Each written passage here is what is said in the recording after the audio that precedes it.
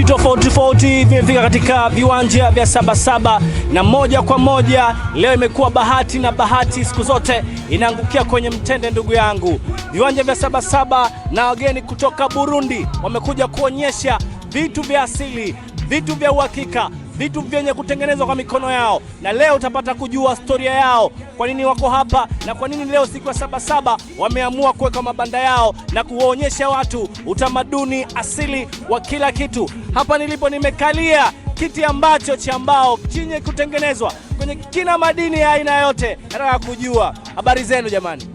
Kwema. Kama kawaida. Sisi tuko kwenye, mimi naitwa Minani Filbert. Tuko kwenye shirika Burundi ya wanasana inaitwa Shaza. Ndio tumetembea Tanzania, tunafurahi kuja Tanzania. Shaza. Kwa hiyo kampuni yenu inaitwa Shaza. Ndio.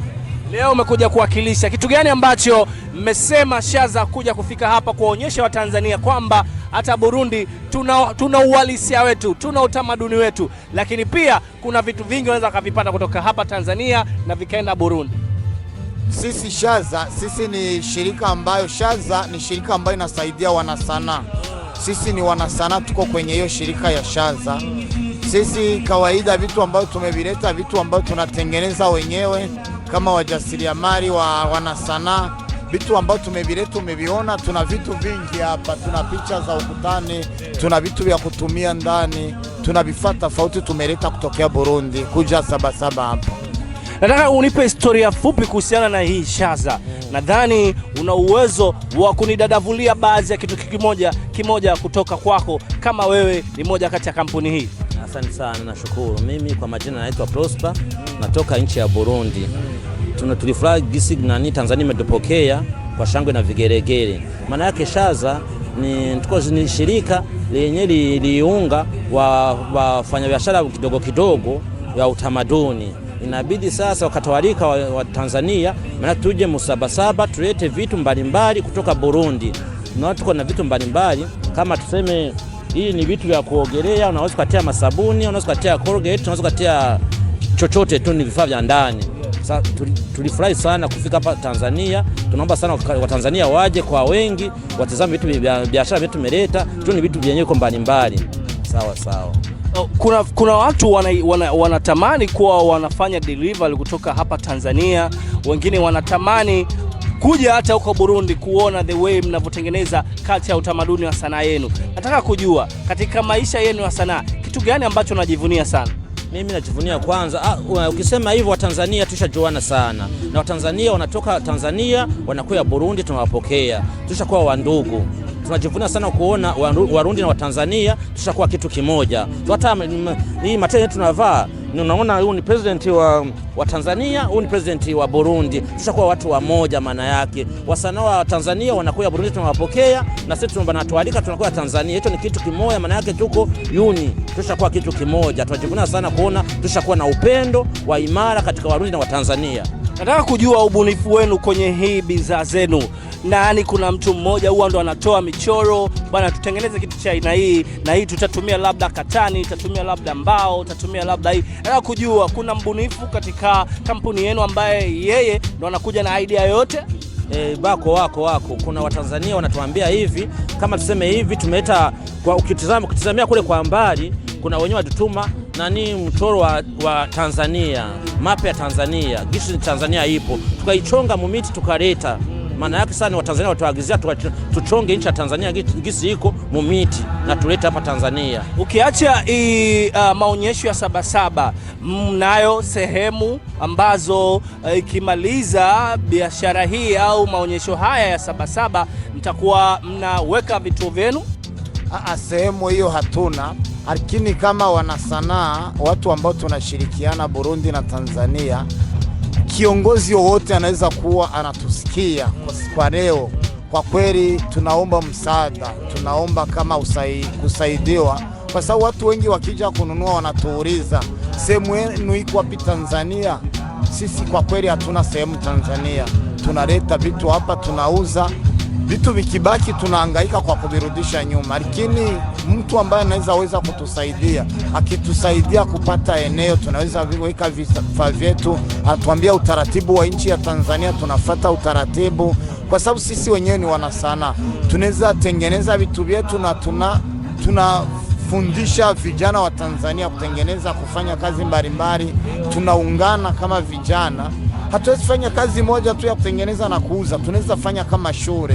Vijana wanakuja, wanasoma, tunafanya nini? Wanakuwa vijana wa kesho ambao hawatategemea serikali, wanakuwa ni vijana ambao wanajitegemea wenyewe kupitia sanaa, kupitia mafunzo yetu. Changamoto gani huwa mnapitia, na hasa ikija katika sherehe hizi za Sabasaba, mnachukua mizigo yenu, mnachukua bidhaa zenu, mnazisafirisha? Kuna changamoto yoyote labda kwenye masuala ya usafirishaji? Kweli changamoto ipo. Boda wanatuomba makaratasi mengi, sijui karatasi na hii, sijui hivi na hivi. Tungetoa tunaomba wakubwa wenyewe wanatusikia, kama nchi ya Burundi na Tanzania biongee, tukileta mizigo yetu baturahisishie kupita na vitu vya OBR, huko ni Tanzania Revenue Authority. Kwa tunaomba saba tusaidie, tuwe tunapita utaratibu, tufuatie utaratibu wa salama ya nchi na makaratasi, ila tupate kuvingiza rahisi. Juu vitu vyetu vinakuwa havina bei kubwa, lakini wa Tanzania wanavipenda sana, juu ni vitu vya kiasili. Nikisema leo nyinyi hapo mtoe zawadi kwa Mheshimiwa Mama Samia Suluhu Hassan, rais wa Tanzania, katika biashara yenu hii, mngempendekeza kumpa zawadi gani ambayo hata tukitoa sasa hivi inaweza ikamfikia? Zawadi kubwa tuliyoitoa kwa Mama Samia, unaiona kwanza hii zawadi kubwa hii. Tumetengeneza t-shirt ambayo tumeweka Mama Samia hii. T-shirt nzuri tumeweka na mheshimiwa wetu Rais Ndayishimiye. Yaani waheshimiwa wawili ambao wana upendo, ambao wanapenda Afrika Mashariki. Kwa hiyo zawadi nyingine tunaweza kumpa, tunampongeza sana, anavyoishi vizuri na Watanzania. Yaani ni mama wa Watanzania na ni mama wa Afrika Mashariki.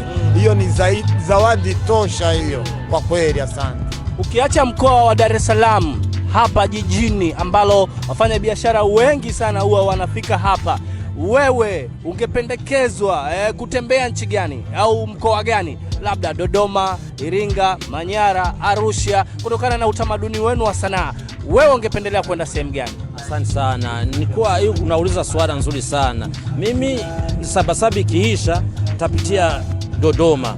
Nikitoka Dodoma taenda Arusha. Nisikia kuna utalii kule kubwa sana nani Arusha. Na Dodoma ni mkuu, sijui kama mkuu wa political wa siasa. Tutatoka hapa nitaenda Dodoma, nikitoka Dodoma ndio taenda Arusha, nikitoka Arusha ndio naunganisha narudia kwetu Burundi. Nadhani tumefahamu na tumesikilizana, kiukweli tumeongea vitu vingi vizuri. Mimi sina la zaidi ya kusema asante kwa kututazama, na nadhani kuna muda pia nyinyi mtoe namba zenu ili watu wafikie. Sasa ni vizuri kutoa namba ya simu kwa sababu tumeomba vitu vingi. Kuna mtu ambaye anaweza kuwa anatusikiliza, anahitaji kutusaidia labda na ile nafasi, wala kutuonesha utaratibu nini.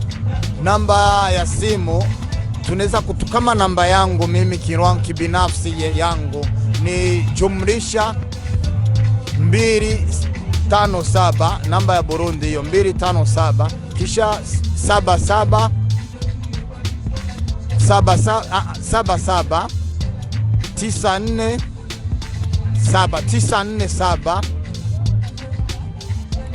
151. Narudi tena kujumlisha kisha 257 77 947 151, namba yangu ya kwangu hiyo binafsi. Kutoka katika viwanja vya Sabasaba, tuko hapa katika duka la wa Burundi ni Shazab, na tumeona bidhaa zao vizuri kabisa katika viwanja hivi vya Sabasaba. Jina langu naitwa Osman Sadik Maalim, unaweza kaniita Wishing Chafozi Ndimu mtu mbaya, kutoka hapa 69 Media Pro. Asante, tukutane na wakati mwingine.